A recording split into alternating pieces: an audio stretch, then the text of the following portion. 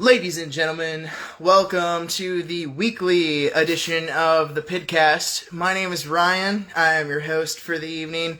Tonight we have a super special show. Actually joining me live here tonight, we will have Chris Peapod Daher, a local broadcasting legend and podcasting genius, if I may say so myself. Mr. Chris Peapod Daher will be here on the PIDCAST in just a little bit, so make sure that you stay nice and tuned to this Facebook page. I was gonna say the station, but that's a little old schooly. You know what I mean? It's not quite a station, right? It's a broadcast. What up, Zyler? Glad to have you. Thanks for showing up, and glad to have you on the PIDCAST. To all of our viewers from all over the world, which may include parts of Michigan and Ohio at this point, thank you for tuning in live tonight. I will warn you guys, I'm a little margaritaed because me and Cole went out to El Nuevo before the broadcast tonight, and I had a couple margaritas, so it's gonna be a good time. 6 of you already. Nice to see you guys here tonight. Like I said, for those of you who missed tonight, we will have Chris Peapod Daher on the PIDCAST here in a little bit. Toledo broadcasting legend and good friend of mine will be joining us, and I'll be asking him about all the wonderful things that Mr. Peapod has going on. But for now, I want to thank you for tuning into the PIDCAST. It's my pleasure to have you guys here tonight. My name is Ryan, and with that, I will start going into our week in update. Let me see what Zyler says here first. He says, we got to get nicotinated on this podcast, though. Podcast, that's the dirty word. We don't use the P word around here. It's the PIDCAST. This is, oh, what's up, Sam? Nice to see you. Just farted. Glad to know. I also farted right before we went on the air, and it smells like 3-day-old Bush's baked beans in here, like the kind that have been sitting out in the pot and everything. So yeah, that's great. I'm glad that we can share what's going on in our bowels and our lives. Week in update. Honestly, this week we don't have a ton of amazing things to share about what's going on with Paco's Desperate. Actually, the biggest announcement that we do have, which I guess you could say is a pretty massive announcement in and of itself, but it is the only announcement that we really have this week, is that we have a new bass player. So, for those of you unaware, our previous bass player, Daniel, left the band under completely amicable terms back in March. He was unable to continue to be in the band. No problem. We love Dan. He actually directed our new music video, which we'll have more to talk about here shortly in the next couple of weeks. I hope we'll be able to start talking about the music video. But he actually directed the music video. Dan has since left the band, and for the past month or so, we've been jamming around with a friend of ours, Colin. Actually, strangely enough, funny story, the guys from No Luck actually were the ones who turned me on to Colin. They said that Colin was somebody that they had, just talked to about, or there was an incident where Colin is a FedEx driver, so he showed up to No Luck's practice to deliver a package, and, one thing led to another, and the next thing I know, when we're looking for a bass player, I get a call from one of the members of No Luck, who says, hey, we've got this guy who, we don't really have a spot for in our band, but he's looking for a band, and maybe you should talk to him. So from there, we reached out to Colin, and Colin has since, really impressed us and done really well in the short time that we've been jamming around with him, about a month now. So we're officially ready to announce as of this past Thursday that Colin is our new full-time bass player. Super stoked to have Colin in the band. That's awesome, and I want to say a special thank you to No Luck for recommending Colin to us and giving us somebody to jam around with and find that new bass player now that Dan's gone. I'm going to review some of these comments super quick. Logan says, had to make a Wingstop stop, 20-minute wait time. I can hop on now or on the drive home. Well, I'll leave that up to you guys. Do you guys want me to bring on Colin earlier? Or excuse me, do you guys want me to bring on Logan earlier rather than later? Usually around 10:20, we go into the driving home with Logan segment of the PIDCAST, as he's typically leaving work around that time. Tonight he's off a little bit early. We can bring on Colin. See, that's what those margs do. You gotta watch out for those margaritas at El Nuevo. We can bring on Logan a little bit earlier than normal tonight if you guys would like, or we can wait till 10:20 as usual. It sounds like he's waiting for some food at Wingstop, so with that being said, that's really all I got to share about Paco's Desperate this week, so let's get into some other stuff. One thing I did want to talk about is tonight's guest, if I haven't said enough about it. Tonight we have Chris Peapod Daher, local Toledoan, broadcasting legend, and a great friend of mine. He will be on tonight, and we will be talking everything that from the genesis of Peapod and the origins of his radio career, all the way into what Peapod's got going on into the future. I'm super excited to talk to Peapod. I had the opportunity to be on Peapod's podcast back in April of 2019, I believe it was. I could be wrong. But that podcast is on the radar, and they discuss music and art from all things Northwest Ohio and the surrounding area. A podcast you should be listening to, absolutely worth your time. David Dixon, oh my goodness, it's so good to see you in the chat tonight, David. Thank you so much for tuning into the PIDCAST, man. David Dixon from Silent Hearts is in the chat tonight. I'm super stoked to see you, my friend. I had the pleasure of being in Silent Heart's music video for their song Ghosts, and they're a great band of great dudes, so super stoked to see you in the chat tonight, David. Zyler says, Nicotinated X on the radar. I don't know, that's something you'll have to talk to Peapod about. That's all I can say. Hey, Andrea says, I may or may not make it through the whole PIDCAST. No worries, we're just glad to have you. If you can't make it through all the way to the end, that's alright. We're just glad to have you. Every view counts. Every viewer counts, you know? I mean, this is a lot of time and effort that we put into the PIDCAST every Wednesday, finding a dedicated guest, you know, writing a script, writing interview questions, you know, formatting the show, getting everybody involved, and on the live stream. It is a lot of effort, so every viewer counts. So even if you guys, you know, aren't able to engage in the chat and be a part of the video podcast and the live stream, it absolutely helps to have you just viewing the podcast, the PIDCAST. Look at me using dirty podcast word. I need I got Mr. Jar. I need to add $1 to Mr. Jar every time I use the word podcast inappropriately. Actually, give me 15. I'll request on the right. Okay, so we're going to bring Logan on at his normal time of around 10:20. We'll talk with Logan, our drummer, up until about 10:40, and we will be bringing on Chris Peapod, Beanpod, as Kenton Parker in the chat says. Beanpod Daher. We'll be bringing him on about 10:40, talking all things on the radar, talking all things Peapod. Going to be super exciting. So thank you so much for everybody tuning in. So I'll refer to the script a little bit. One thing I did want to talk about tonight was I wanted to give a shout out to our friend Will from down in South Carolina, Charleston, South Carolina. Will and his project Sad Son is dropping a new EP this Friday. Emo, sad boy, pop punk from Charleston, South Carolina. Definitely worth your time and your attention. Will be dropping that on Friday, and maybe, just maybe, if we're lucky, we can get Will on a future episode of the PIDCAST to talk about his project, Sad Son.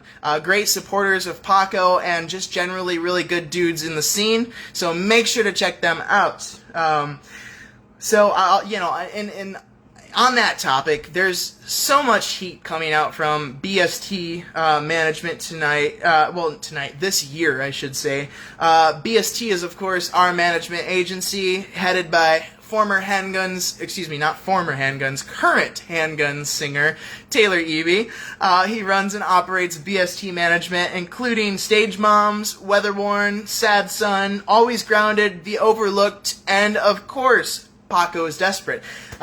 Lots of really good stuff coming out from BST this year, including Stage Moms. They've already dropped their EP, Almost Heaven, Feels Like Hell. We had Gage Voda on from Stage Moms on episode 1 of the PIDCAST a couple weeks ago. You can catch the replay of that on YouTube. A great episode. Gage is a really awesome person. They are fantastic, and it was a pleasure to have them on. Of course, last week we had Dylan from Weatherworn on, and we talked to him about Weatherworn and what he's got going on. That was awesome as well. So BST Management, we are locked and loaded this year with tons of great music and all sorts of cool stuff coming your way, headed by the wonderful Taylor Eby, and we will have much more to talk about in the coming weeks on our end about our upcoming EP, which you may or may not know is coming out May 28th. Glow, our EP, will be out May 28th, and we'll have a music video out before then. But yeah, keep your eyes, ears peeled for our new EP, and we'll be talking much more about that at a later time. Chris Peapod Daher is on tonight. Let me read some of these and see if I didn't miss any other comments. Andrea says, work kicked my booty. Definitely know how that feels. I got stayed over at work tonight, which was not fun. Let's see. Let me see Logan's face. Siler, we will have Logan on at 10:20, so we'll definitely have him back here in a little bit. Bike Rack Records, I see, is in the chat. That's my friend Michael Jones, longtime Paco producer and friend of the band. Glad to see you guys in the chat. Mark Miller and Mike Jones operate Bike Rack Records right out of here at Toledo. Great place to record your album, your music, or just have some good dudes to mix a song for you. Good dudes. Next week on the PIDCAST, we're talking about what we got going on tonight with Peapod and what we've done in the last 2 weeks. So let's talk about what we got coming up next. Next week on the PIDCAST, I will have Ian Reeder from the band Settle the Sky, Grubby Paws, as well as Hanging Fortress. Me and Ian will be doing a special hour-long edition of Split Screen PIDCAST where we will be discussing UFOs. Everything from Bob Lazar to the Tic Tac incident to Roswell and so on and so forth. Super stoked to talk UFOs and the paranormal with my good friend Ian Reeder next week right here, Wednesday night on the PIDCAST. Lego says, Lil Nas or Nas, choose. Well, if you're going to put it that way, I'm of course going to have to go with Nas, because Illmatic is the greatest hip-hop album that's ever graced the planet Earth, right? So you got to go with Nas, but Lil Nas X is doing his thing. Mad respect to that dude. Last week I touched a little bit on the controversy surrounding Lil Nas X and what he's done with the Satan shoes, including a lawsuit from Nike. Now this poor guy has had to endure, which is whatever. I mean, I get it, but at the same time, let the artist be the artist. Why do we have to create this massive shitstorm of bullshit about what people do and how they, create their art and what they sell and whatever, just let the dude be. That's what I say. But, Lil Nas X, of course, again in headlines this week. Let's see. Of course, next week we got Ian. I won't see. Has anyone been keeping up with AEW Dynamite? Do you have any pro wrestling fans in the audience? I don't know about you guys. I don't watch WWE anymore because of the fact that they've pretty much just kind of lost me with their content. Not really, I just don't feel like WWE really delivers for me anymore. What they used to really excel in was storytelling, and I feel like that's kind of the weakest part of their approach anymore. But I have been trying really hard to keep up with AEW Dynamite. In fact, we schedule this PIDCAST specifically to avoid interfering with AEW's time slot on TNT every Wednesday night at 8 to 10 p.m. So we start this thing at 10 p.m. to specifically because we don't want to compete with any of our wrestling, any of our people who might happen to be wrestling fans. We don't want to have to cause them to choose between, do we watch the PIDCAST or do I watch AEW Dynamite? So that's why we start at 10 on Wednesdays. Chris says, Dynamite was fun AF this past week. I will say I've only made it through half of this previous edition of AEW Dynamite. I haven't had the chance to watch the second half, but I watched it long enough to, spoiler alert, I watched it enough to watch Chris Jericho's Inner Circle go to war with MJF's Pinnacle faction, which is a new faction in AEW created by the loathsome MJF. Yeah, has anybody been able to keep up with AEW Dynamite? I have I've always been a big wrestling fan. I've kind of been in and out as I've grown into an adult and haven't had all the time in the world that I'd really like to, dedicate to it, to watching professional wrestling and stuff like that. I mean, of course, I'm full-time at an actual professional, quote-unquote, job, as well as doing the band pretty much, as a second full-time job. I don't have a whole lot of time to commit to professional wrestling anymore, but I am a huge fan of professional wrestling, and I don't know if any of you watch it or you keep up with it, but if you do, I would love to talk wrestling or AEW anytime on the podcast. PIDCAST. See? Another $1 from Mr. Jar. I used the dirty word. Oh, this is Mr. Jar. He is our band mascot. He's pretty awesome. He's just a jar. Chris says, AEW really made me a fan again, and I have to share that same sentiment. When I watch AEW, it's like I'm a kid again. It's like I'm watching pro wrestling as a kid again. The thing that really bugs me about WWE is the little things that they have forgotten about that are important, like the storytelling in the ring.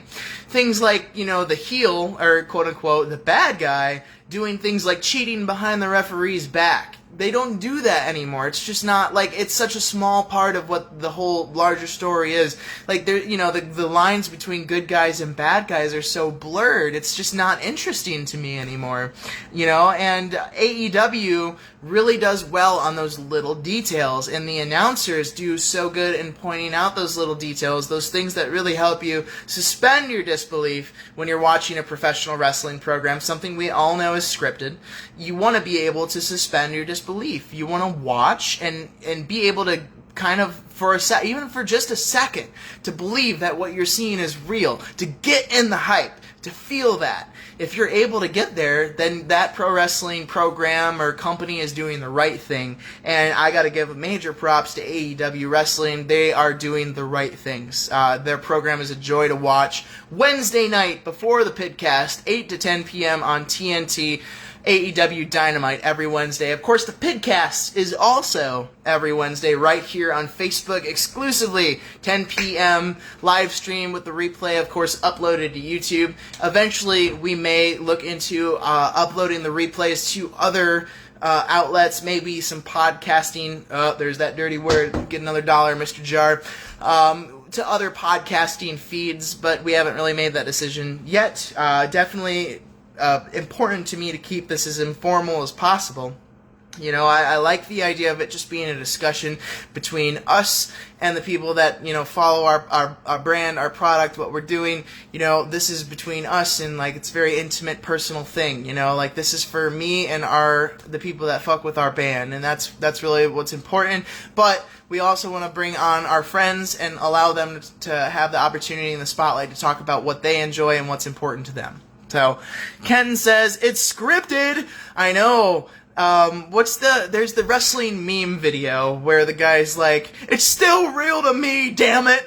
And I love that because I know so many pro wrestling fans that are 25, 30, 35, and older, and it's still real to them, damn it! And it's still real to me, I mean, it's to an extent, as much as it can be, it's still real to me. Andrea says, sometimes I feel like I work as a referee in a wrestling match, legit table, ladders, and chairs, minus ladders. If I remember correctly, and honestly, I'm a little, like I said, I'm a little marged out. We went to El Nuevo before the show, and I'm a little marged out. Remind me exactly what you do, because I know you said something about it last week on the PIDCAST, but it's slipping my mind at the moment. Samuel says, I played a show at the PO, and some drunk guy was yelling about The Rock like he was a child. Well, honestly, Sam, that sounds like the Polish Ostrich in general. Probably a bar you should avoid unless you want to catch COVID-19 here in Toledo. They have been hosting super spreader shows throughout the pandemic against the state of Ohio's COVID guidelines, including getting their liquor license suspended for violating Ohio's COVID guidelines. So probably not a place that you should give a lot of your time and money to. I definitely don't recommend playing shows or attending shows at the Polish Ostrich. Andrea says, toddler teacher. The funny part about that is Cole, the guitarist, the other guitarist in this band, his girlfriend is a preschool teacher, so it's kind of funny. We have a little bit of a teaching community amongst our extended family. Sam says that place is cringe. Absolutely. I've never been in that bar, even when before it was the Polish Ostrich and it was something else. I think it was called Longhorn, if I remember correctly. I can't remember, but I've never been in there. Everything I've heard about the place is that it sucks and it's basically a dingy rat's nest. So I personally wouldn't dedicate too much time and money to that joint. Shouts out White Claw for supplying the official alcohol of the PIDCAST. Don't sue me, White Claw. It's not official sponsorship. I just really like White Claw, and I'm drinking them. So please don't sue me. I really cannot afford to be sued by a multinational alcohol corporation. So it's about time for Logan to get on and shoot the shit with me for a little bit. I do not see him yet. Let me check to see if I can invite Logan on for split screen, and I cannot. He's not in the chat yet, so I will wait for Mr. Logan to get his Wingstop. In the meanwhile, speaking of wrestling, tonight's guest Chris Peapod announced today that he is joining Toledo professional wrestling company Ruthless Pro Wrestling as a commentator, and we'll be talking to him a little bit about that tonight, as well as everything that Peapod's got going on. David says SH got asked to play there, and the promoter was a doucher, LOL, and we said, nah, brah, and he got mad and cussed us out over Messenger. Yeah, I mean, that's one of a million horror stories that I've unfortunately heard about that place. I'm sorry that you gentlemen had to experience that. It always sucks when you're a band and the person you're expecting to be the most professional, obviously the promoter, is not, and it's definitely a bummer. Looks like Logan just sent the request through. I'm going to bring Logan on until about 10:35 or 10:40. And then we will get Chris Peapod on to talk to him about everything he's got going on. So Logan should be joining any second. And we're going to get right on with the Driving Home with Logan session of the show. As soon as he gets on here, where you at, Logan? I saw you sent a request. I accepted it. Where you at, bruh? Where you at, bruh? Add... Logan should be joining us any second. There he is. What is up, my dude? Shit, I just got some wings. You just got some wings from the old Wingstop? Yeah, sorry, it wasn't supposed to take forever, but like I called 3 times and they literally put me on hold 3 different times. And they took me off hold for like 1 second to be like, hey, can we put you on hold? And I was like, I was already on hold, and then they literally just hung up, and so it sounds like a pretty typical Wingstop experience. If I'm going off of, I actually have a friend who's actually lives a couple apartments down that used to work at Wingstop, and I'm sure that she would have plenty of stories about that place.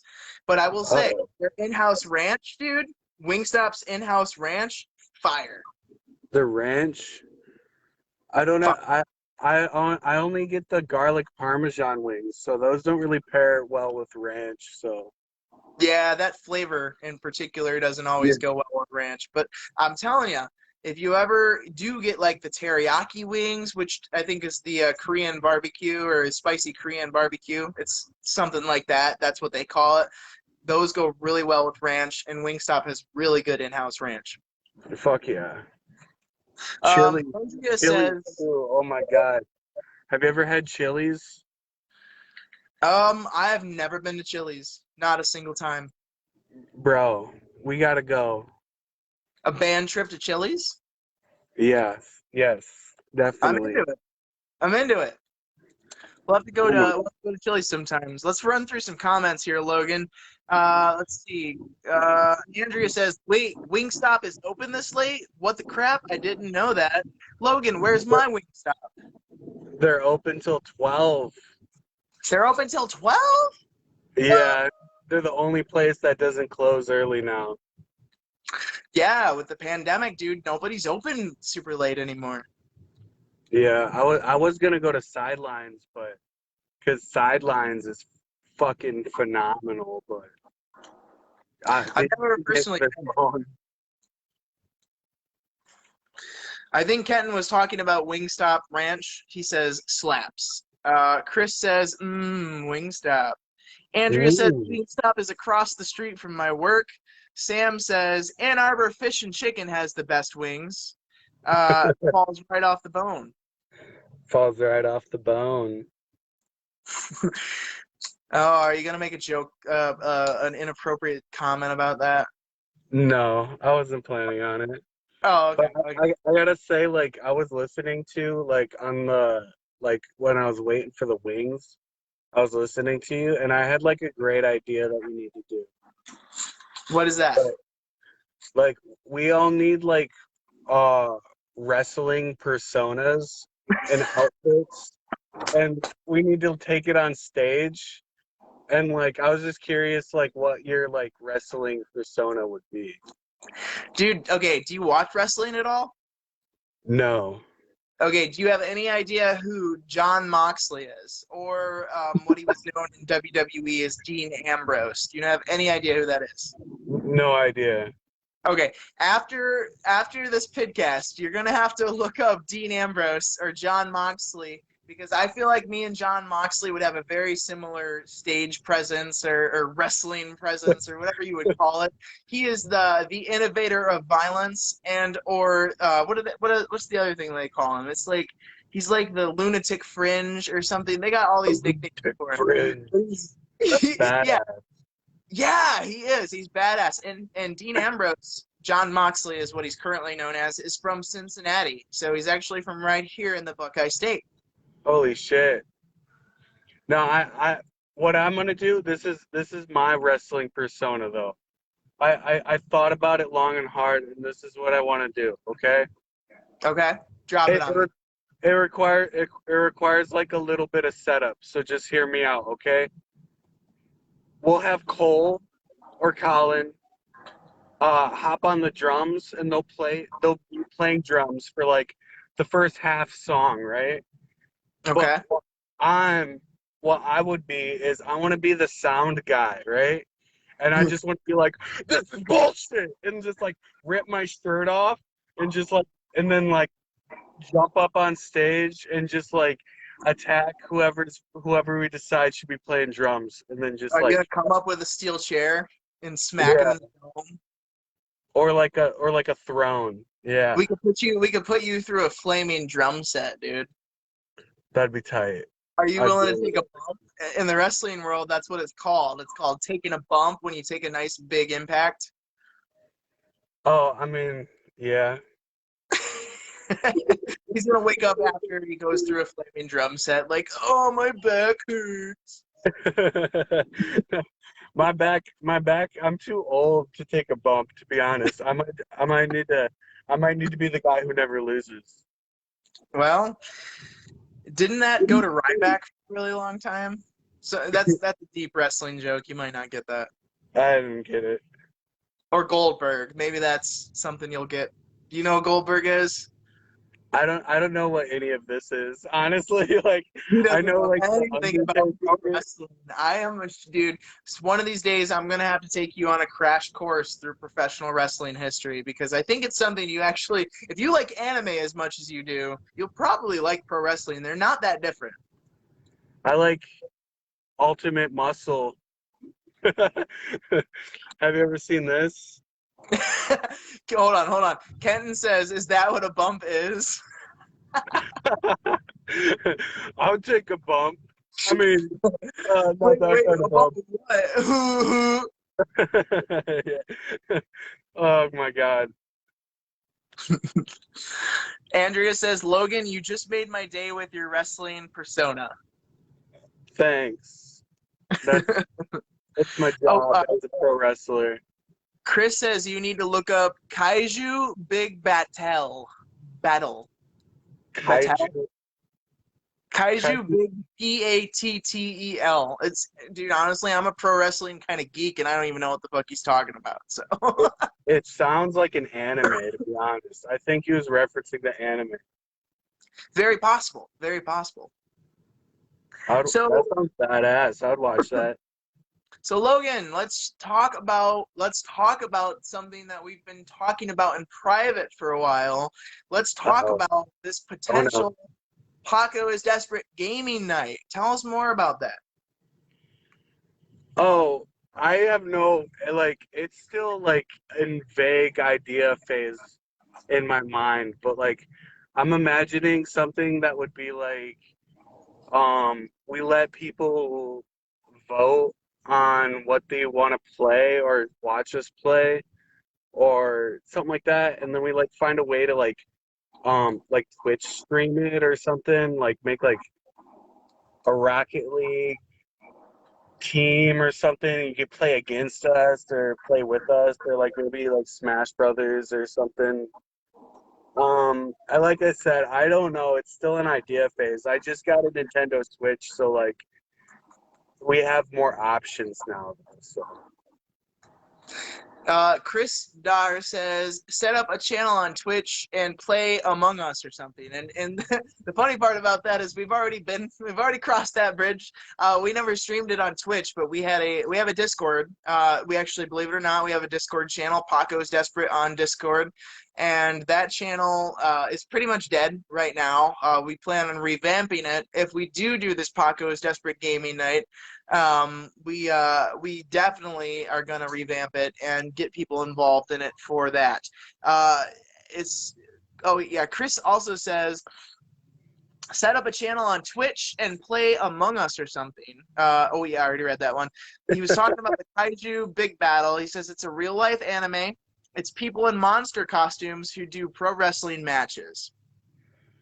that sounds cool. I think I've heard about that. Like it rings a bell, but like I would definitely watch that. I hope it's on like Hulu or something. David says, Chris, you mean to tell me it's on Wrestle Animania, which is hilarious. Uh, Um, Andrea says, no, everyone gets Animal Crossing, and we all go to an island called Paco Island. Dude, I'd be into that. Wait, I mean, can we do that? I'm into it. Like, do I have to buy a Switch? I don't, dude, I'm so out of the loop with gaming. When I was a teenager, dude, I was so plugged in with video gaming, and I had all the latest consoles and all the latest video games and shit. And then I grew up and turned into an adult, and I have no idea what the fuck's going on anymore. I feel so out of touch. I think you would need a Switch, or at least you would need to like borrow one or something. I don't. It's not like I don't think Animal Crossing like supports like any kind of like split screen or anything like that. Does it support online? Like What? online play? Does it Yeah, support online I'm play? pretty sure you could visit each other's like islands or something like that. Gosh, I'm so out of touch, man. I just when it comes to video games, that's just not really my thing at this point in time. I mean, I love them. I always have loved them, and I still watch a lot of video game related like YouTube, but I am just out of touch, man. I don't really know like what's the latest Call of Duty? I don't even know. I don't play Call of Duty, so I couldn't tell you that, honestly. I used to play a lot of Call of Duty when I was in my teenage times. I don't so much anymore, obviously, but Black Ops 2 and Modern Warfare 2, those are my games, bro. Yeah. I used to play a whole bunch, but like I've kind of just receded into like my little corner of like Rocket League, and then like I just beat Shantae and the Seven Sirens, which is a platformer, and it's like the best game in the fucking world. Like, The platformer, like a 2D side scroller. yes, it's so good. And like that and like Warframe every now and then. Is Warframe by Respawn? Is that I the I honestly don't know. Like I don't pay attention when the game loads. I just is it like a call? Is it kind of like Titanfall? it's like it's you pretty much it's super grindy. Like you play like some future fucking samurai dude, and you could just murk people, like one hit a bunch of people, and like the whole premise of the game is to just like murder armies of people and farm a bunch of parts to make more warframes and stuff like. But it's dope. It makes you feel like a badass when you're playing it. Yeah, I've heard a lot about Warframe, but I've never actually played it or even seen anybody really play it. But I've heard a lot about it. See, this is why you need to be in charge of Paco's Desperate Gaming Night, because I just have no clue. Cole has no clue. Cole spends more time smoking dabs.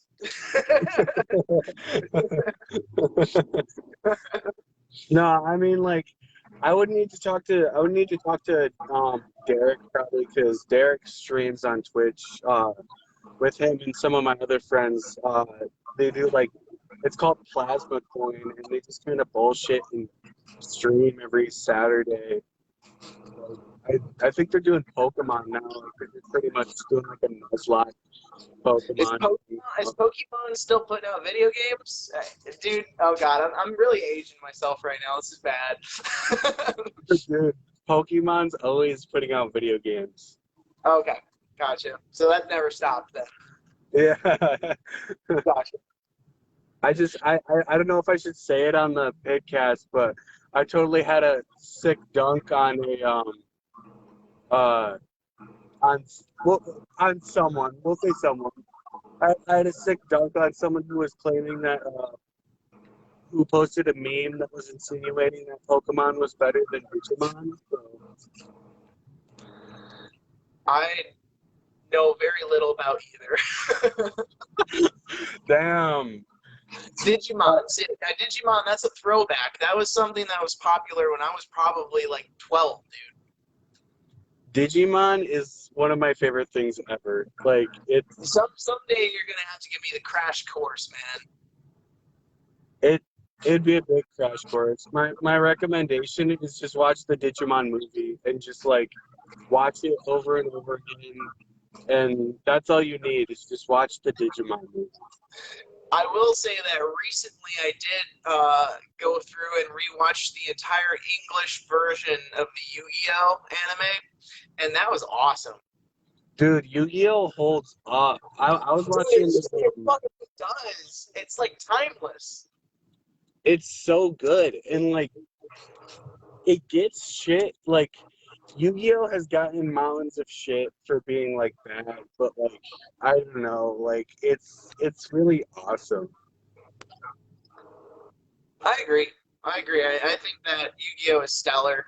I really loved, watching it as a kid and watching it as an adult obviously are two very different things. Like, you don't get the same things out of it, but rewatching it as an adult, it was like cemented to me how good the original series was at storytelling, when I couldn't really understand that aspect of it as a kid.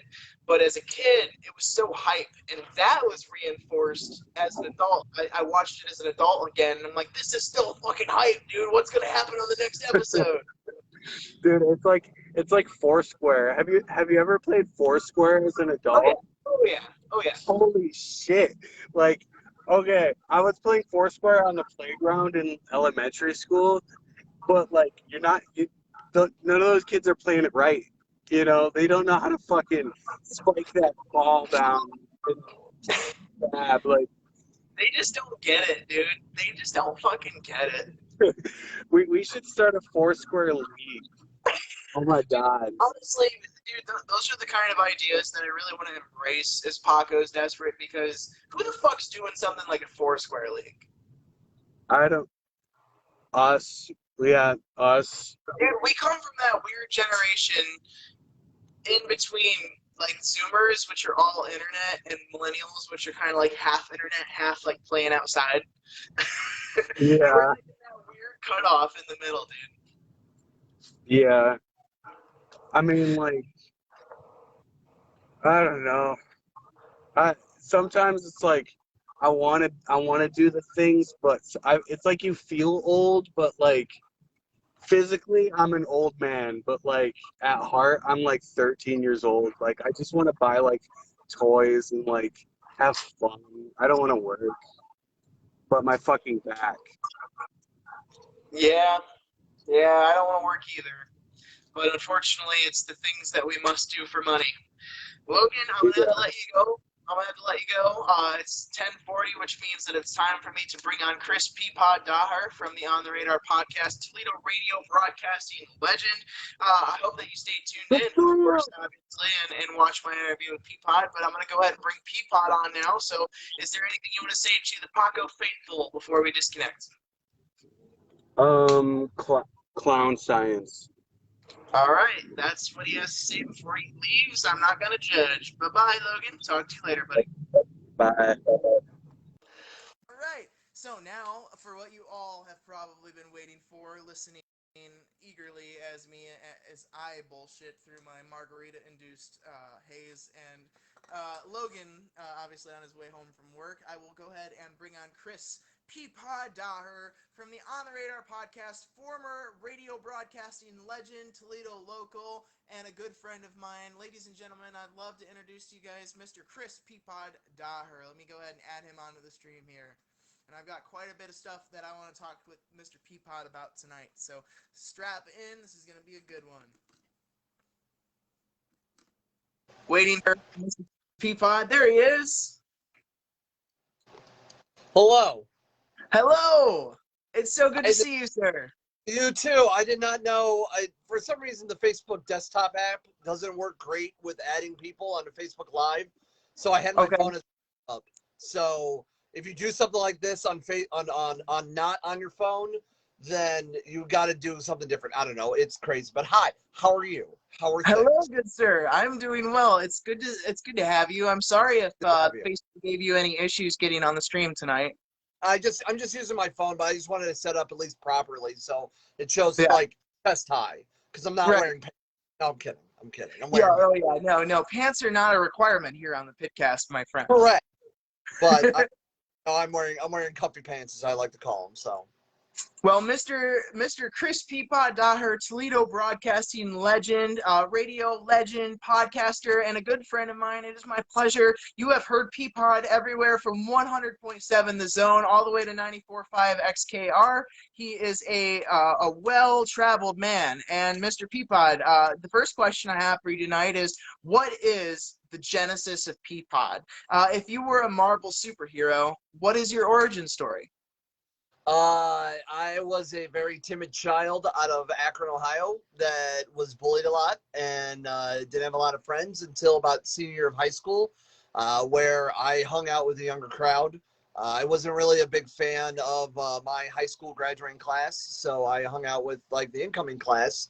And at that time, I was a senior. My sister was a freshman, so like some people knew me from being, the big brother of my little sister who was just entering high school. And I hung out with a couple of younger guys, and one of the dudes goes, "I'm going to start calling you Peapod from now on."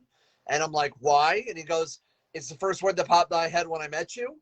So I decided, I thought that was a fun nickname. So everybody called me that my senior year of high school. I came and moved here to Toledo for college. I joined the college radio station, 88.3 WXUT.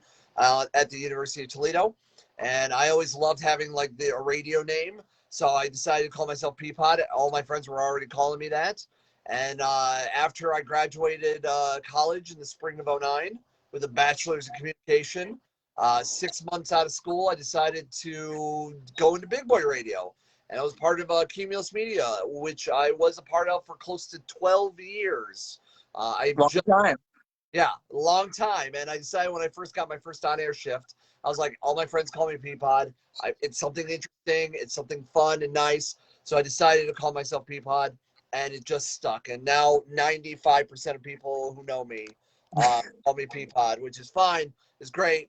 It's gonna. It seems pretty weird that I left the industry a couple weeks ago, and I had my very last show last Friday, and I'm starting to work at a new career field, being the head of digital marketing for a business for a franchise business. The business is nationwide, and there's a franchise in the 419, and I'm going to be starting there. Actually, tomorrow is my first day, so I'm a little nervous. I'm a little excited, but it's something. Well, if you give that job any of the same passion and talent that you dedicated towards your 12 years in radio, my friend, I think that it's no mistake that you are going to do absolutely fine wherever you go.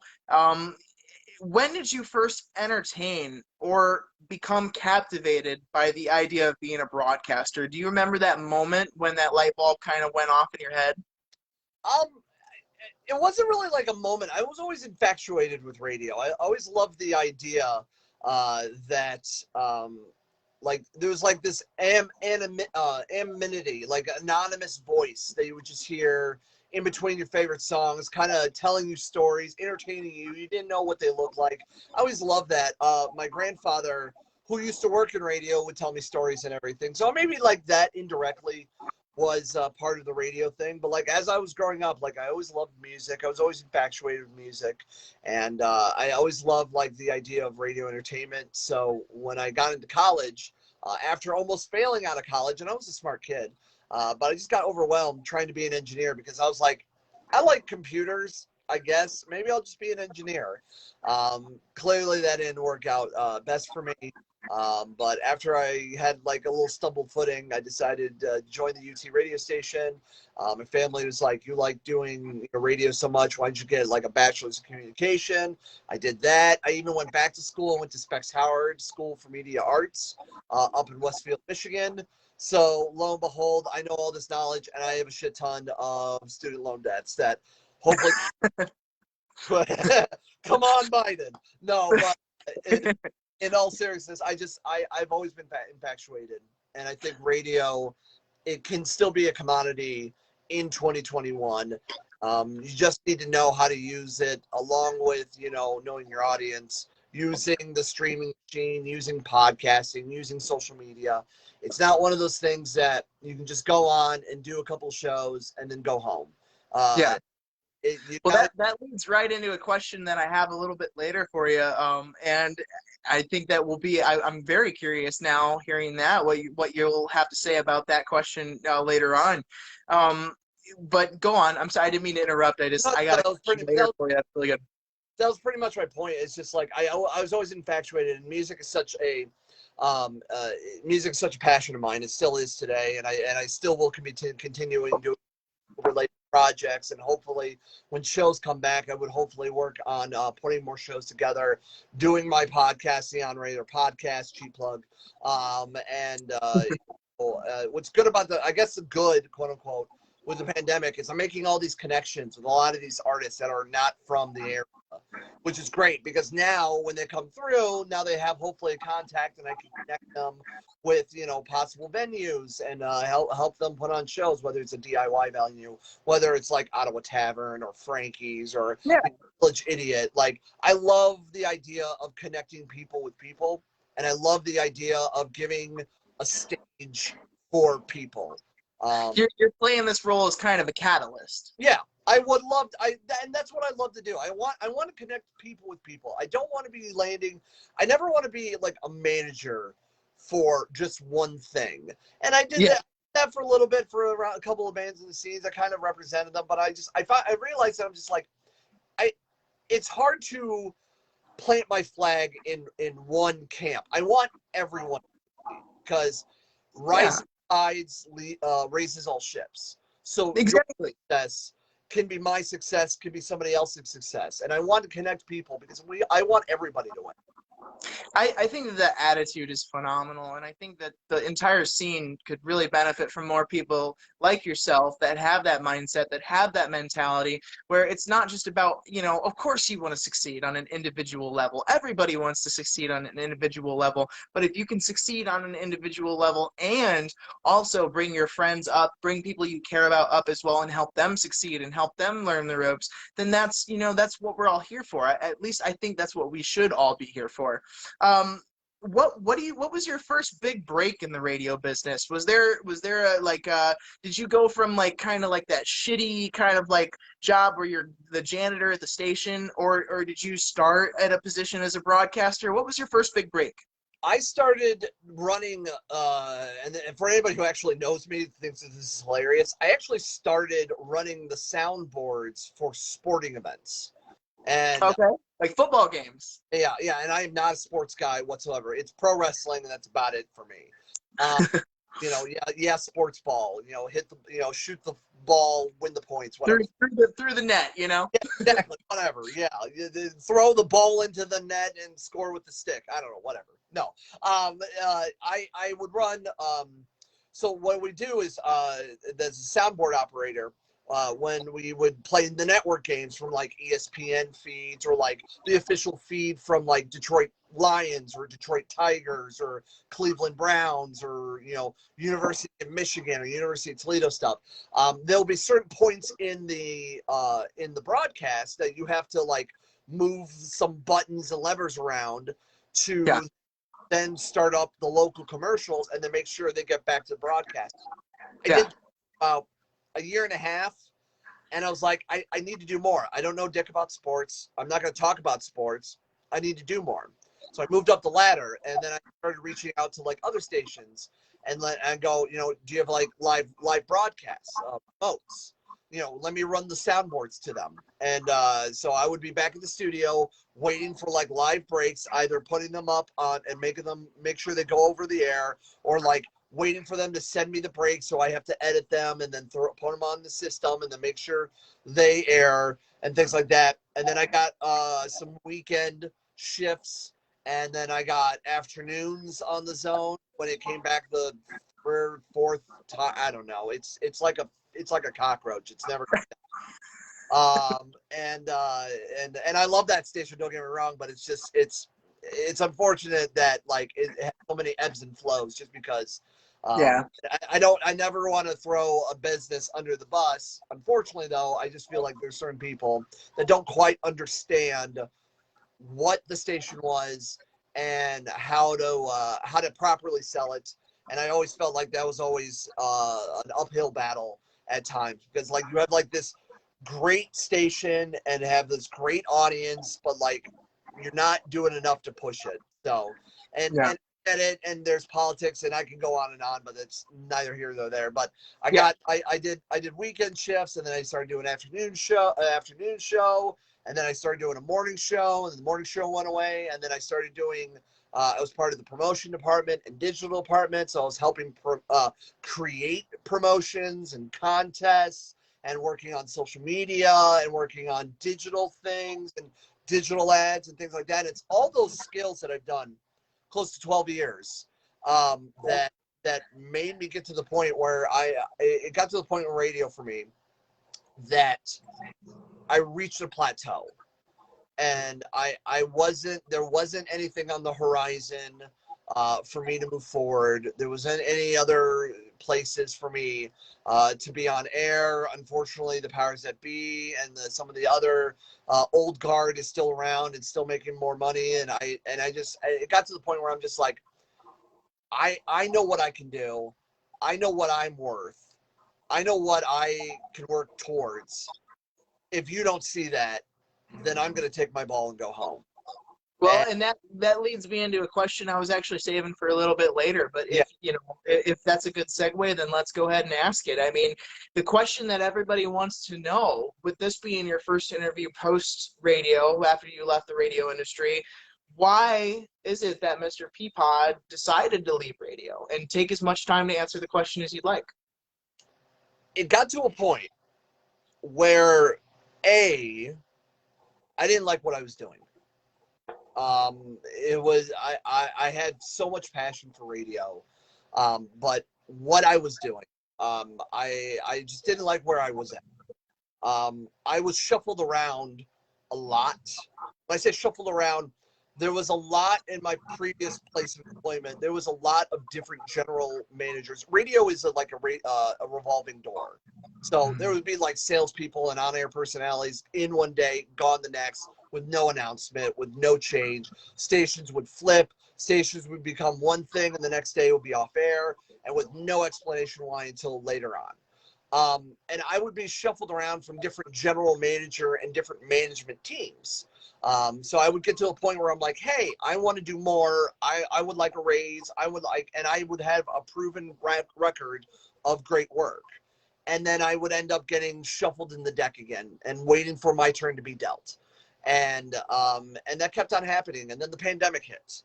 And a lot of people lost their jobs. I was very grateful that I got to not only keep my job, but step up my work.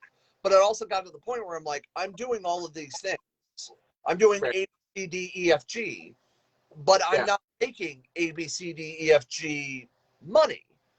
I need to do more. I need to be fulfilled. And if I'm not going to be on another station, and there's no other on-air stuff going around, and don't get me wrong, I absolutely adore Zone, but Zone is just this little pocket of Northwest Ohio radio, and there's so many other more. And I'm like, if you give me the chance, imagine what I can do on such a small station. Now imagine me on a bigger station. If you can't back that or back me, then unfortunately I have to go. And I got to a point where I received a bit of news and some things behind the scenes that I'm not at purview to say. And I kind of told them what I felt like, and I then began on the hunt on a new job. And I jumped on LinkedIn and I updated my resume and I made sure everything looked good. And I found a place that was right here with more money, an actual position. It's a brand new position actually for this business. So like, I'm not filling somebody else's shoes. I'm going to be doing your own thing. Yeah, it's my own thing. I'm going to be working hand in hand with somebody. And it's a direction. It's all the things that I wanted to do. And it's more for my family, for my household. I can do more. I can move up the ladder. There's plenty more things to do. Like I'm going to be climbing a whole new mountain, but it's not going to feel like I'm climbing a mountain. I'm not going to be always one step forward, two steps back. I'm going to be moving forward, and it's people that's going to take all of my knowledge and everything. And radio has helped me so much on this way. It's more than just introing and outroing Nickelback and trap songs. It's more than that. There's so much more marketing, and I learned so much from that process, and I'm always so grateful for my time in radio and the people that I work with. And I left a building that is being run by a phenomenal person, and the general manager there currently was my favorite GM of my 12 years. It's just unfortunately that she just landed in a point in time where I wanted more, and she couldn't offer me it. And as much as she wanted to offer me it, there wasn't anything in the cards. So I had to just make the hard decision. And don't get me wrong, I'm nervous as all hell to be moving forward in this new job tomorrow. But I'm very excited, and I'm I'm hungry for it because I really want to do well. And I want to prove that I know what I'm talking about. And if you just give me the space to do so, if you let me fly, I will fly, and I will make you money, and I will make you succeed. Well, it's never been any secret to any of us, in the Toledo music scene, the talent, the passion, the skill set that Peapod has to offer. That's why you've been able to touch base with and make a difference in the lives of so many artists and fans in the Northwest Ohio area for as long as you have. It's no secret. That's why, Peapod commands a certain level of respect in this scene. You also do a podcast, speaking of that respect, you also do a podcast called On the Radar that I happened to be a guest on in 2019. That's episode number 49 with Pocket Was Desperate. A lot of people know who I am and my story as a human being because of that podcast. And I owe a great deal of gratitude, respect, and thanks to you for that opportunity. What first interested you about doing a podcast? Well, first off, and I'm not bullshitting you just because you're sitting in front of me. That's one of my top favorite episodes. When people ask me, like, what's some of your favorite episodes? First off, I will always say I'm always grateful for anybody who will stop during their life and come talk to me, because you could just say no. Anybody could just no, it's so easy to say no. But like you took the time out of your life to talk with me, and I greatly appreciate it. But when it comes to like episodes that really like made an impact, yours is one of my favorites. And I've done 100 and as of this Friday, 115 episodes, not including best ofs and things like that. I decided to do a podcast because it was like just the most natural formation and evolution for the On the Radar started with Innovation Concerts, and it's a local weekly radio show on the Zone, and that went by, and that went away. They had to pull out due to money and things like that, and I got to continue the show because people were interested. So I got to sort of form it as like, hey, let's just play music that's on the rise out of Toledo and surrounding areas and things like that. And then when the Zone went away, the last incarnation, I started to start the podcast. So I started with Steve Orsler, of Secret Space, and Yeah, he did our record. You're recording with him. He's a great guy. And I reached awesome guy. And him and Dean Tartaglia of Rover, and I go, I want to start a podcast. I want to bring artists in. I want to talk to them. I want them to perform studio performances because I love that aspect of like when radio stations would do that. And I want to talk to them, and I want to see what's going on and go from there. And it started with just Toledo, and then it was like Toledo and Michigan, and then it was like Toledo, Michigan, and like other Ohio cities. And then it's just then out of the Midwest. And then it got to the point where I'm like, fuck it, let's go anywhere. The scene, it doesn't necessarily have to be Northwest Ohio, centric. So I over the years, if anybody's been listening to the podcast that long, or they've just jumped in on certain parts, I changed the intro of it. And now I explain it that it's a podcast that features music, interviews, studio performances from a Midwestern perspective. So I'm comparing and contrasting and getting to know someone else's music, whether they're from the Midwest or not. So literally, I can interview anybody. The act that I'm going to get on Friday is from Florida. So, and one of the first things we talk about, he's saying it's cold in Florida. So I'm like, what's cold in Florida? And he says, versus Ohio. Yeah, I'm like, okay, you don't know cold. Come back to Ohio. But like we had so much fun, and we compared and contrast music, and now I want to bring the podcast as a place that like you're on the rise, or new. I want on the rise, newly seen, anybody who's just moving the needle in some sort of fashion, whether you're from here, you're not from here, you're traveling through, you're newly signed, you're unsigned, you're a YouTuber, whatever. I want to talk to you, and I want to know why you do your thing. Yeah. Well, we're going a little bit late, but fuck it, man. You're a good friend of mine, and I still got like 5 different questions I want to ask you. So fuck it. If you're good with going late, let's go late, man. Let's go here. Hell yeah. All right. How is doing a podcast different from doing live radio? Like what does it entail for one versus the other, and what are the differences? Both, you need to come in with some sort of preparation. I have, when I did a live radio show, I would have an idea what I want to talk about. I'll have like a story in front of me, and then I would like read and then like have my 2 cents. When I do a podcast, I have certain subjects I want to do, but both are conversational style. When I have a radio guest in, or if I have a podcast interview, I want to treat it like a conversation. So the same way me and you are talking to each other, that is the same way I want to hold an interview for radio, or it's the same way I want to do podcasting. It's just a conversation, but like now more people are just listening into it. That's all it is. Well, I've learned everything about how I do what I do here, which honestly is nowhere near what you do. But I learned every little trick of the trade that I know to do here from you. And it's just I'm Paco, you have no idea. Like you say like I'm a radio legend and I'm like a podcast influencer or whatever, all the kind of things, and I'm just like I'm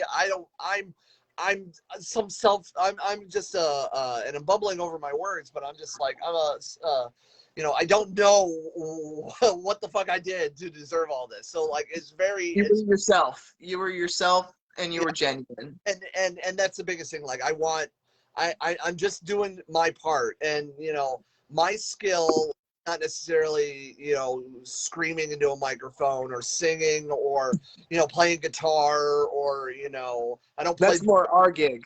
Yeah, like what I'm good at is connecting people, shining a light on things, and getting people to explain more to themselves why they are important. And that's the biggest thing that I do for radio, that I wanted to do, is shine a light on what's going on. Like, it's the zone wasn't really that strong, so I would look inward. Let's talk about the up and coming things that maybe a lot of people don't realize what to do. There was a lot of plans and ideas that I had that I wanted to do more with zone, but I couldn't do it because of money, funding, time, support, shit like that. Of all I want to do is just make sure like people know what's out there. People claim, oh, there's nothing to do in Toledo. Well, have you looked and actually tried to do it? There are men and women, and they're like, there's no real music in Toledo. Well, bullshit. Look at these men and women that are just grinding it out, and not only just here, but like places in Chicago and Cleveland and Detroit, these big metropolitan cities that you still don't know. These hidden gems that you like to do. There are so many things you can do if you look and just actively try and go outside of your bubble. Try the new foods, go to the new places, go see a show, go do all of these things. I mean, obviously you can't right now at this moment get your vaccine. But at the same time, like, it's getting to the point where like I'm very excited for post-COVID, because me too. it's going to be another renaissance. People are going to want more, and hopefully support those who were good and who were trying to do their part during when shit hit the fan. So right. I'm really excited for. So what I do for radio and podcasting is a little bit the same. It's just one that I can now curse on, and then the other one I couldn't. So that's it's all about the curse words, right? That's right. So out of 115 guests on your podcast, obviously, you're blowing a little bit of smoke up my butt because, I'm doing the interview with you. But out of 115 guests on your podcast, what have been the coolest interviews that you've done? And are there any guests that you really, really want to get on? First off, my 100 guests. So like my 100th episode was Nick DePiro, tremendous guitarist for Night Verses and his own side project Head Cave. I thought that was a phenomenal interview, and that was one of my favorites. My episodes with Outside, they were first on the podcast because when I was with Steve Worsler, he did the first 6 episodes, and then he just got really busy with recording and one producing, and like I had to go to another studio. So now I work with 4 studios right now. When there was a lot of people traveling and doing live music and everything, I work with the good people at Bike Rack Records. I know they were listening. I know they're in the chat. I work with Pat Checkett of Underhill Recordings. I work with good guy. Pat is a great guy. Pat was actually the guy that after Steve, I had to break things off with Steve. I jumped in with Pat. And Steve is always still down and is very supportive of all my stuff, and he checks in with me and I check in with him. So like we're busy guys, busy dudes doing hot girl shit, whatever. Yeah. So I work with Travis Guyman, also of Bigfoot Studios, and his Bigfoot Studios. Yeah, Travis. Then I work with, and then at one point they were a sponsor of the podcast, and hopefully I will still do things post them sponsoring the podcast through the radio station. But I worked with another Waterville area recording studio called Laser Light Recording Studio, and the guy, the owner, and his assistants do a great job. It's a very DIY value studio, but like he has a tremendous drum set, and in studio drum set is all these bells and whistles and guitars, and he does really well. So those are the great studios I work with. Outside was a lot of fun. I interviewed them twice. They were one of the first set of interviews I did with Steve, and then I recently did it again when their new album Green in You. No, that's not it. I forget what it's called right off the top of my head. I have the record behind me, but whatever. It's their new album with Outside. I really enjoyed Man Mountain and they're from the Detroit area and Monroe, Detroit area, because they were the first band that got me into post rock. And from there, like, I discovered a whole huge world and great artists, that even to the point that I got to interview one of the members of one of my favorite post-rock bands, with a great man who now lives in Cleveland. He was from Bozeman, Montana. His name is Jared Gabriel. He was a lot of fun. I love any interview. I interviewed a Chicago band, a couple of Chicago artists. One was Broken Robots, who are on the rise. They were definitely a lot of fun, and that was because of Dean and Rover. And Rover was a really rad episode. I met another gal named Charisse, under the stage name Nihilus Abyss, and she's from Chicago. I interviewed another Chicagoan. His name is Brady Mattinson, with his projects, Vanity Contests. I interviewed so many interesting acts. I've interviewed some country artists like Angel Edwards, who's from Toledo, who resides now in Nashville. Yeah, that's is it Josh? Josh McAfee. Josh. Yeah. His wife, and he was cool, and him and his father played on her episode with her when we were over at Bigfoot. Kaylin Pace, who's from the Michigan area, now resides in the South. Coming up, I got an interview with a gentleman named Bones Owens, who's from Indiana, who now resides in the South, and he played with like Yellow Wolf and a couple of other like rock, hip hop fringe artists, and that's coming up in April. I just want to interview rad people doing rad things, and I'd love to bring in bigger and bigger and bigger artists. One goal, and hopefully I can make it happen, is I want to interview Wolfgang Van Halen. That would be dope. And his project Mammoth WVH, and his stuff is really rad, and all of his new singles leading up to his debut album is really rad, and I've been needling people to try to get that to happen. If you make that happen, I will be so stoked. I think a lot of people will be stoked. I just want to interview really cool people and really cool bands, whether it's local, regional, national, international. And speaking of international, I've interviewed a couple of international bands. I had the opportunity to interview a band from the Republic of Malta named Bila, and that was a rad time. It was during their very first U.S. tour, and I got the chance to interview them. Another great act named Staghorn, which was really cool. Like dream artists, I would love to interview Bad Religion. I would love to. I met him a couple of times, but I would love to interview Jason Avon from Let Live and Fever. I'd love to interview Chris Number 2 from Anti-Flag. When I was in radio, I got to interview Justin Sane, one of the singers. Really rad dude. Kind of short, if you never realize that. But it doesn't matter. The music's rad. I got to drive a couple of members of A Day to Remember in my own car, which was one of the first big things I did in radio. Actually, it was really rad. That's really cool. And I just want to interview anybody who's interested in moving the needle, really. Well, and being in radio, many view radio as an art form in the twilight of its popularity. You dedicated yourself to radio for a huge part of your life. Do you feel radio is on the way out? What are your thoughts on the state of radio in 2021? That's always a hard question.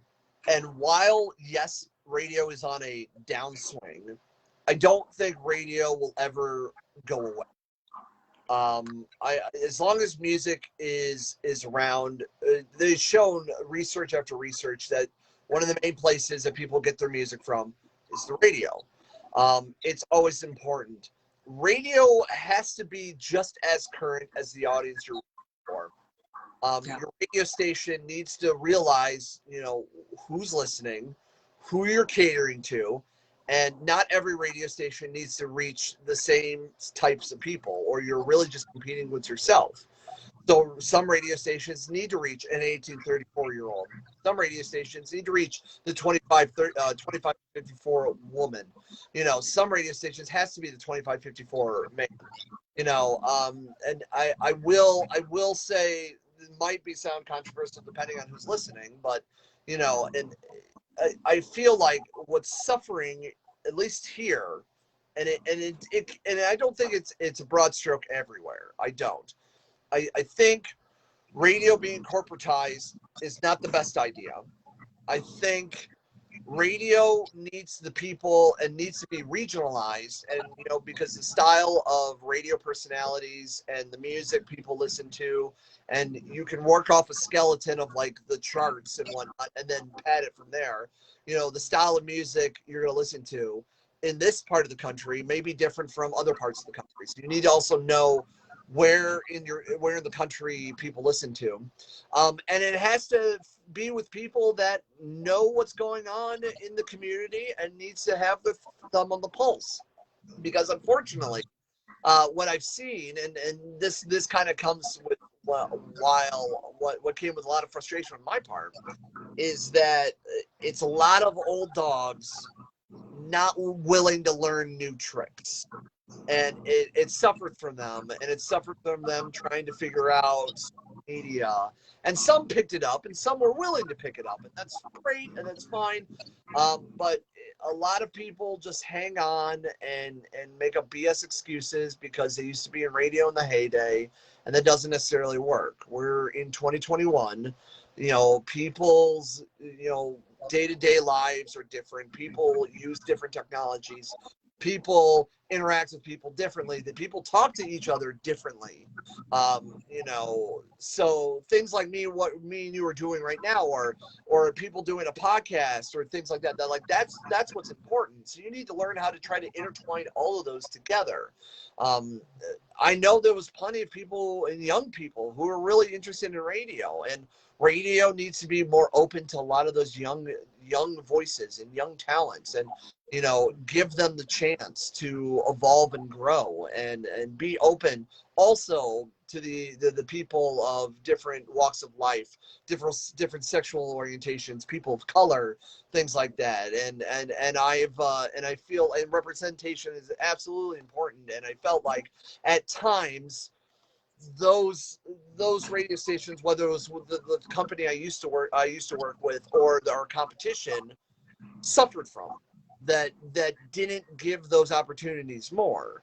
And like you and I right now, we're two white guys, right? Yeah, We've always had a voice. yes. And it shouldn't always be all the white people that have the voice. You need to have more of those, urban stations representation, or just the urban community, or you need to know where we live. And in Toledo, Ohio, we have such a melting pot of different life. Super unique community. Yeah, we have such a blended community. We have the Black community. We have the great Mexican community. We have a great Arab and Lebanese community. And then we have a bunch of white dudes, who call themselves a vegetable, and whatever. There's so much around here, and you need to know how to cater to them. But if your sales staff and all the on-air people are just a bunch of white people who don't understand the other side, you're not going to succeed. I'm not saying you need to cater, but I also not saying you need to block everybody off, and you have to be you have to fold from every keyboard warrior. You need to know that balance. You need to know how it is, and it's not easy.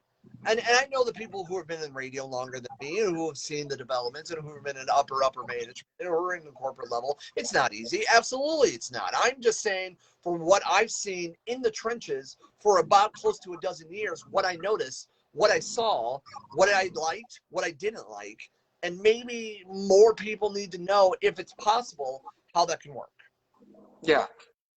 Well, we've talked so much about radio tonight, and it's been a pleasure, as always, to talk to you, sir, and to get your stances and your takes on things. You offer such a great perspective. You announced today that you are joining RPW, or Ruthless Pro Wrestling, here in Toledo, Ohio, Toledo-based company, as a commentator.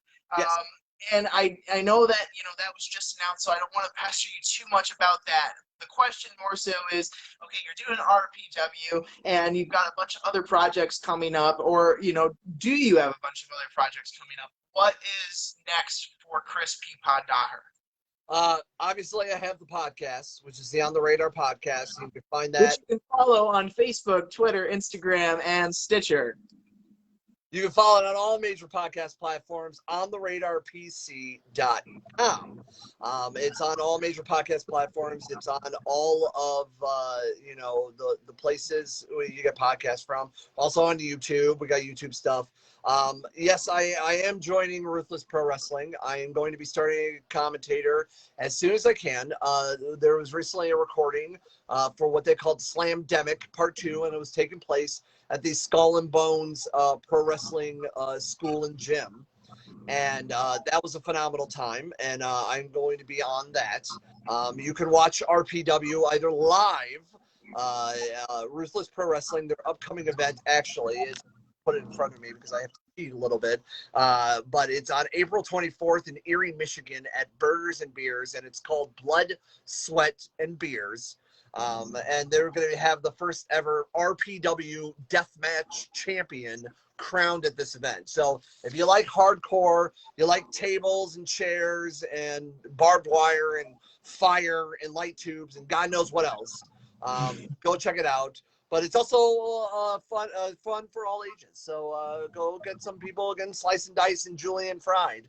But also, they're a great local company, and I got the chance to interview the guys, Chris Kohlenberg and Chris is a great dude. Chris is a phenomenal guy, and I wanted to do something with them in the past. They were going to have their very first event at Handmade Toledo. COVID happened, so they've been really trying to work away of things, but they're really on the rise of a great Northwest Ohio and great Midwest pro wrestling rising company, and I'm glad I get to be a part of it. We need more professional wrestling, and we need more voices in professional wrestling who understand how to tell the story.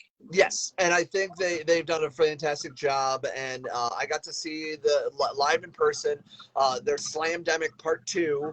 They did 2 Slamdemics at the Skull and Bones, and they recorded one, and then they're working on the second one, which I will be on commentary for. And so that's going to be really fun. You can watch a lot of those events on IWTV. It is basically the Netflix of independent wrestling events from across the country. So a lot of the companies that you don't know of, WWE or AEW or New Japan, some of the big companies, there's lots of other, regional companies as well. And, like Ring of Honor, like Honor, all intense wrestler, absolute intense wrestling out of Cleveland, yeah. One, yes, Warrior Wrestling out of the Illinois area, things like that, and that's just some Midwestern. GCW out of the Jersey area. CZW, I think they're out of New York. CZW is out of Pennsylvania, I believe. Pennsylvania, yeah. RPW, Ruthless Pro Wrestling. Go follow them on social media. Go check out their events at IWTV, and they're going to be doing a lot more events in the upcoming months. And I'm very glad that I'm going to be just an additional color commentator, and I'm going to crack some bad jokes, and I'm going to talk about dudes slamming themselves into the mat, and I'm going to have a good time, and I'm going to hopefully help them grow as well. I'm going to have a good time listening to you, as I always do. I tell you what, Peapod's voice is just one of those voices you hear, and it's just like cream of the crop, my friend.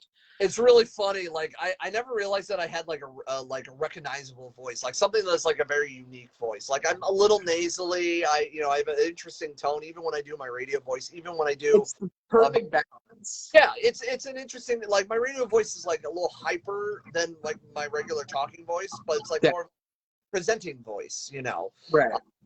I'm on the radio. You know, hey, it's 100.7 The Zone, you know, stuff like that. But like, it's not like super cheesy, like some radio voices can be, or it was in the. You don't ever want to be a voice that sounds like a strip club DJ. Like, hey, on the main stage is Miranda. You never want to do that, but you want to also do something that's engaging, but also still like a very presentation. So you just do something like, hey, Toledo's Rock Alternative, 100.7 The Zone. I am Peapod. Thanks for listening here. Hey, new artists, new music coming up in just a little bit. But hey, I want to tell you about this contest and, you know, shit like that. I have my podcast. I have RPW. I got a couple of other things. I'm in the chamber. I have a brand new job of digital marketing, and hopefully I can do more with that. And the reason I'm not explaining what that is just because it's a brand new job, and I kind of want to keep that in private, and I want to keep my public stuff public and separate the personal and the professional. Exactly, yeah. So, but I'm very excited, and you know, I apparently those wings are bland garbage, so that's unfortunate for Wingstop. I like Wingstop personally. Yeah, I all I'm gonna be doing is hopefully doing more for the community, for the music community. If some of the venues will have me, I would love to put on more shows, maybe do a couple of live podcasts from some venues, put on my own shows. You know, some of the people. I'm sure Zach Jacobs over there at the Ottawa Tavern would love to have Mr. Peapod do some live podcasts. I love Zach. I am in awe. I am so sad that I haven't been able to go check out the place since it's been remodeled and since it's trying to have the menu. And I know the brother is working hard throughout the pandemic, and I hope for the best. And I know when everything is said and done, he will be very successful in this community. That's our guy, man. He's going to be the guy that Toledo music scene leans on. And the biggest thing with all of this, if I can leave with one note, is just like, it's always fun to, like, you know, poke fun, or you know, you can make fun of things and all the time, but like at the end of the day, if you don't like something, don't give it credit. Vote with your wallet. Vote with your time and energy. Support the people and things that you believe in, because you'll be so much more happier in your world, in your life, if you support those monetarily, emotionally, physically, things like that, and just ignore the bullshit. You know, they will come and go. The haters will always be there. They will always be your detractors. And yes, sometimes it's great to, you know, pile on them, but at the end of the day, support the people that you believe in and go that direction, and just don't be a dick, because, you know, just be good to each other, really. Reminds me of the phrase that's painted on the gate at the Holland House 419, the DIY venue, that it's no dicks allowed. And I think that for the general scene, that's such a great philosophy. Mr. Peapod, I appreciate all of your time tonight, and I have two quick questions left for you before we wrap up. I know that you are a busy man. You have a new job to start tomorrow, so I don't want to keep it too long. Where do you want to see Peapod in 5 years? Ooh, I barely know what I'm going to do tomorrow, let alone. I think, I will be 40, so that's going to be interesting. That's going to be fun. I will hopefully be very successful in my new job.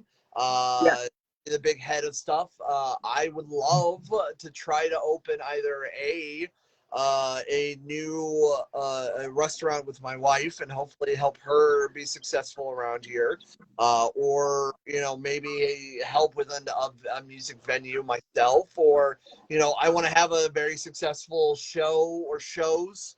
The projects that I've been a part of and the people that I've helped support, I want to be there in their corner when they become huge, so they don't forget us. You know, I don't know what I want to see myself 5 years alive. Basically, I want to see myself alive in 5 years. Great answer. So that's what I'm gonna go with. Great answer, man. And I appreciate the honesty. I appreciate the genuineness that you always exude. Whenever I talk to you, whenever you talk to people, it's always genuine, 100% Chris Peapod Daher, and I love that about you. The last question I ask everybody that comes on the PIDCAST, so of course I have to ask you, would you rather fight 100 duck-sized elephants or 10 elephant-sized ducks? I knew this is gonna happen. So it's 100 elephant size. It's 100 duck-sized elephants, Yes. or what was the other one? 10 elephant-sized ducks. Does the elephants have the same strength they would have in mini size than they do adult size? No, I think that they would have, like, if you were to, like, shrink it and keep the ratio exact of strength versus size, then they would probably have that. Like, if not any more or any less. Then I will go the 10 duck-sized elephant. That's 3 for 3, man. I've had 3 guests on the podcast, the PIDCAST. Another $1 in Mr. Jar. 3 guests on the PIDCAST. They've all voted for the 10. It's just got to be. It's just because of size and also just the amount of them. So yes. David Dixon in the comments, real quick. He says, "Power to scale." Yeah. Well, Chris, Mr. Peapod, it is, or as I call you, Uncle Pod. Uncle Pod. It has been a pleasure to have you, my friend, and I am so grateful that you've taken the time out of your Wednesday night to speak with me and give me your first interview post your legendary radio career. Is there anything that Peapod would like to plug? Where can we find Peapod? Where is it that we can find what you've got going on next? The floor is yours. Plug away, my friend. Well, first off, I'm just so proud of you and your progress, and I'm so glad for everything. So I can't wait for more from you and your camp. So with that, follow me on all of the social media for the On the Radar podcast.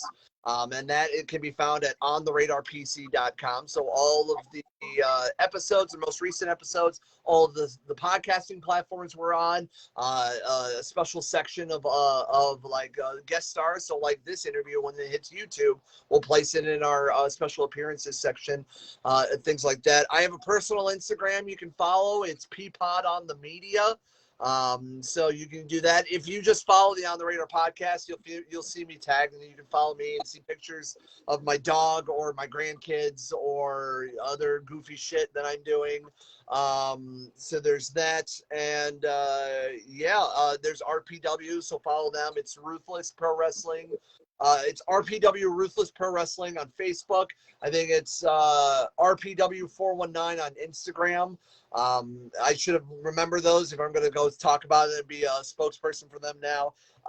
So go check out them.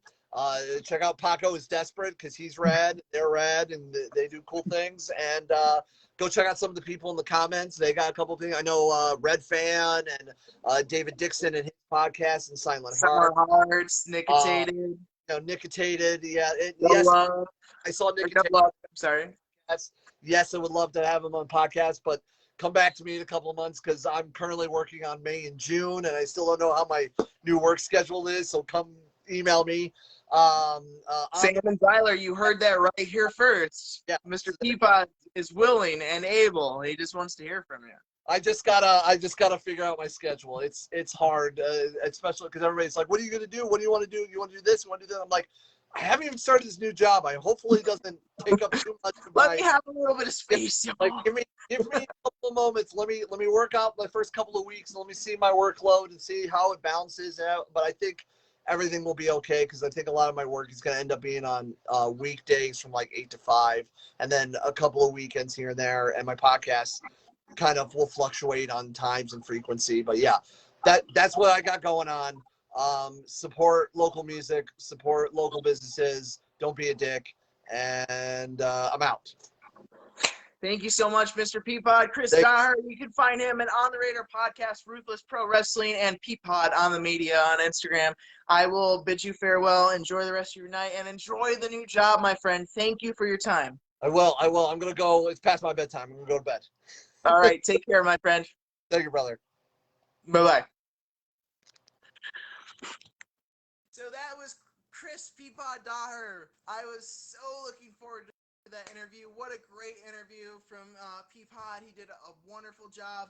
As always, man is a legend, and I'm personally just incredibly humbled and grateful to have had the opportunity for the first post-radio interview for Mr. Peapod.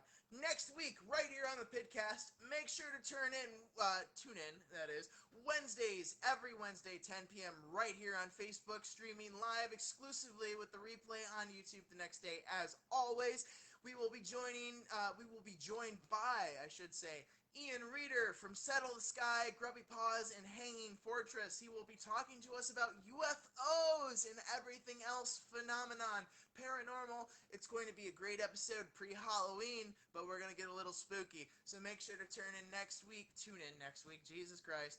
Too many margaritas tonight. Tune in next week, Wednesday, 10 p.m. We'll be talking with Ian about everything UFOs and ET.